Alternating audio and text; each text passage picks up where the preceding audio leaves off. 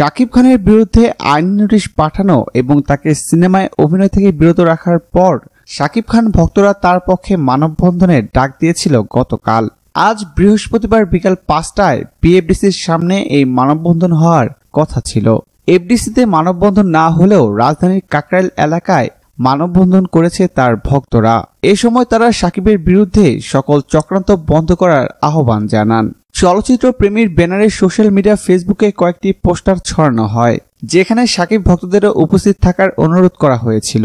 মানববন্ধন হবে কিনা এ বিষয়ে সংশয় ছিল, কিন্তু সংশয়কে দূরে রেখে বৃহস্পতিবার বিকেলে নিজেদের প্রিয় নায়কের জন্য ঠিকই ব্যানার হাতে দাঁড়িয়ে পড়েন শাকিব খানের ভক্তরা।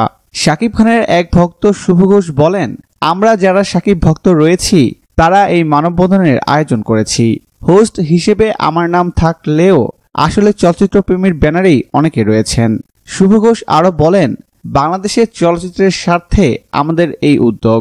আমরা চাই বাংলা চলচ্চিত্র যাতে কোনোভাবেই ক্ষতিগ্রস্ত না হয়।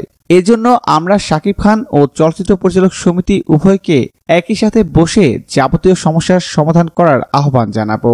এদিন ভক্তরা পরিচালক সমিতির নিষেধাজ্ঞা ও সকল প্রকার চক্রান্তের বিরুদ্ধে মানববন্ধন লেখা রাজধানীর কাকরাইল এলাকার রাজমণি সিনেমা হলের সামনে মানববন্ধন করেন।